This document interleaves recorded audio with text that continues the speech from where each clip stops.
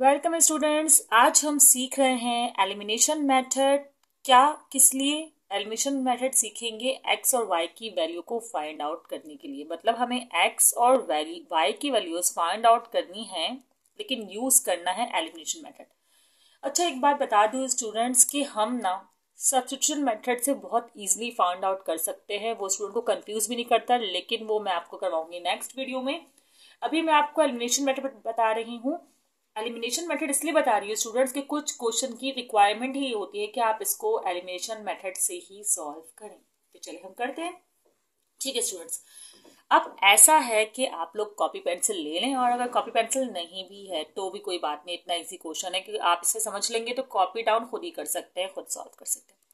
अब देखिए, हमारे पास दो इक्वेशंस हैं, x plus y is equal to 5 and 2x minus minus 3y is equal to 4। Two equations है। अब टू इक्वेशंस को आपने इस तरह सॉल्व करना है कि आप इन दोनों में से किसी एक को पहले आइसोलेट कर लें। अच्छा, मैं क्या करती हूँ कि पहले x को ही सोचती हूँ। अब मुझे सब्स्टिट्यूशन मेथड यूज नहीं करना है, तो मैं एक काम करती हूँ कि इन दोनों x की वैल्यू को अगर मैं सब्ट्रैक्ट करवा दूं। अच्छा, दो x की वैल्यू अकेले तो सब्ट्रैक्ट नहीं होंगी, पूरी इक्वेशन सब्ट्रैक्ट होगी। सबसे पहला मैं ये काम कर लेती हूँ कि x plus y is equal to 5 लिखकर 2x minus 3y is equal to 4 लिखकर इन इक्वेशंस की नेमिंग कर देती हूँ, लाइक इक्वेशन 1 एंड इक्वेशन 2। ठीक है। फिर स्टूडेंट सेकंड स्टेप इस मेथड में ये होता है कि आप देखें कि इन दोनों में से या तो y को सेम करके सब्ट्रैक्ट कर दें या फिर x को। तो मैं ये करने वाली हूँ कि मैं x को सेम करूं। अब सेम करने के लिए यहाँ पे 2x है जबकि यहाँ पर सिंगल x है, तो इसका मतलब ये है कि मुझे इक्वेशन 1 को 2 से मल्टीप्लाई करना ही होगा। अच्छा, मैं दो काम एक साथ करूंगी। अच्छा, मैं अगर इनको ऐड करती हूँ तो ये कैंसिल तो नहीं होंगे ना, तो इसका मतलब मुझे इन्हें सब्ट्रैक्ट ही करना होगा। ओके, ठीक है। तो मैं क्या कर रही हूँ, मैं लिखूंगी मल्टीप्लाई इक्वेशन 1 बाई 2। ठीक है, मल्टीप्लाइंग इक्वेशन 1 बाई 2। सही है।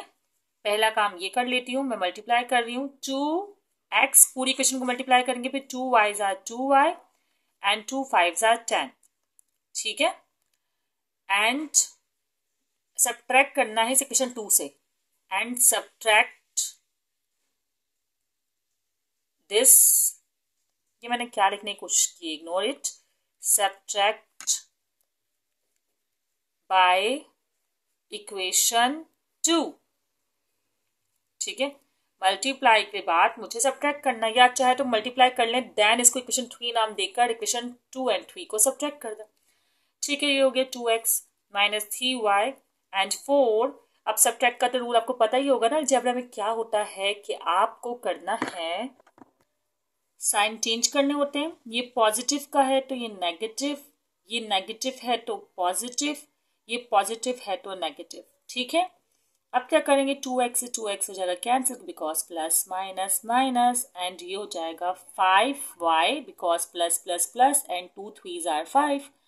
ठीक है, 2 3 आर नहीं, मतलब 2 एंड 3 आर 5। ठीक है, प्लस माइनस माइनस, 10 में से 4 माइनस की कितना बचा, 6। ठीक है, अब आपको क्या करना है स्टूडेंट्स, ये क्वेश्चन है एक्चुअल। अब जो ये आपके पास 5/6 आया है, इसमें से आप y की वैल्यू को निकाल लीजिए। कैसे निकलेगी y की वैल्यू, ये मैं आपको बता देती हूँ। देखिए, y यहीं रहेगा, 6 यहाँ पर है ही, और ये 5 मल्टीप्लाई में है तो इज इक्वल टू को क्रॉस करके डिवाइड में आ जाएगा। तो भाई y की वैल्यू तो आ गई, दैट्स गुड। इसको आप बॉक्स में क्लोज कर लीजिए कि भाई एक वैल्यू आ गई है, वो भी डायरेक्टली एलिमिनेशन मेथड से। अब जो y की वैल्यू आई है ना, आप उसको इन दोनों इक्वेशन में से किसी में भी प्लेस करके आंसर निकाल सकते हैं। तो मैं फिलहाल इक्वेशन 1 में प्लेस करूंगी और वर्डिंग भी मेंशन जरूर करूंगी। क्या मेंशन करूंगी, सब्स्टिट्यूट। वैसे यहाँ लिखना सही नहीं है, लेकिन मैं इसलिए यहाँ लिख रही हूँ, आप लोग नीचे ही लिखिएगा ताकि क्वेश्चन पूरा एक साथ नजर आ सके आपको। सब्स्टिट्यूट